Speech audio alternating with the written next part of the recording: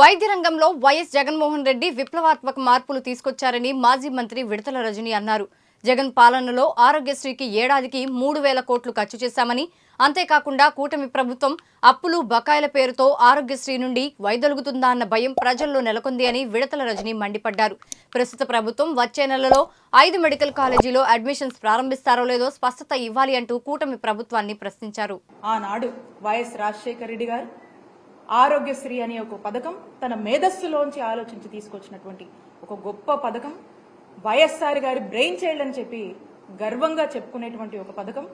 అప్పటి నుంచి ఇప్పటి వరకు కూడా ఈరోజు దేశం మొత్తం గుర్తించుకునేటువంటి ఒక పథకం. ప్రతి తెలుగువాడు కూడా గర్వంగా చెప్పుకునేటువంటి ఒక పథకం ఈ ఆరోగ్యశ్రీ పథకం అని చెప్పొచ్చు.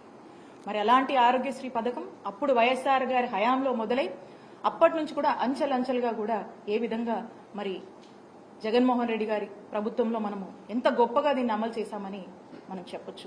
మరి ఆ మధ్యలో వచ్చినటువంటి ప్రభుత్వాలు కొంత వాళ్ళు ఏ విధంగా అంత ప్రయారిటీ ఇవ్వకపోవడం, ఏ విధంగా నిర్లక్ష్యం చేశారు అనేటువంటి విషయాన్ని కూడా మరి గత ప్రభుత్వాల్లో మనం చూసాం. మరి మనము జగనన్న ప్రభుత్వంలో ఈ 5 ఏళ్ల 2019 నుంచి 2024 వరకు ఈ 5 ఇయర్స్ టెన్యూర్లో మరి ఆరోగ్యశ్రీ పథకం మనం చూసినట్టయితే 1059 ఉన్నటువంటి ప్రొసీజర్స్ మనము జగనన్న ప్రభుత్వంలో 3,257 ప్రొసీజర్స్ వరకు కూడా పెంచి తీసుకెళ్లి ఇంప్లిమెంట్ చేశాం. అంతకుముందు మీరు చూసినట్టయితే 1059 ఉండేవి టీడీపీ హయాంలో. సంవత్సరానికి 1000 కోట్లు మాత్రమే ఖర్చు చేసేటువంటి పరిస్థితి టీడీపీ హయాంలో ఉండేది. మరి జగనన్న ప్రభుత్వం వచ్చాక ప్రతి సంవత్సరం సుమారు 3,000 కోట్ల వరకు కూడా మరి ఈ ఆరోగ్యశ్రీకి మనం ఖర్చు చేసినటువంటి పరిస్థితి. అలాగే మీరు చూసినట్టయితే ఎంపానెల్డ్ హాస్పిటల్స్, నెట్వర్క్ హాస్పిటల్స్ రాష్ట్రంలో గత ప్రభుత్వంలో 1000 కన్నా తక్కువ ఉన్నటువంటి ఎంపానెల్డ్ హాస్పిటల్స్ ని వాళ్ళని ఎంకరేజ్ చేసి వాళ్ళకు కావాల్సినటువంటి ఫ్లెక్సిబిలిటీ, వాళ్ళకు కావాల్సినటువంటి ఫీజిబిలిటీ, వాళ్ళకు అన్ని విధాలుగా కూడా ఒక ఫ్రెండ్లీ వాతావరణాన్ని ఏర్పాటు చేసి వాళ్ళని ఎంకరేజ్ చేసి 1000 కన్నా తక్కువ ఉన్నటువంటి ఎంపానెల్ హాస్పిటల్స్ ని మరి 2,300 హాస్పిటల్స్ పైగా కూడా విస్తరించేటువంటి అవకాశాన్ని జగనన్న ప్రభుత్వం నెట్వర్క్ హాస్పిటల్స్కి ఇచ్చింది. మరి ఈ రోజున మనం చూస్తున్నట్టయితే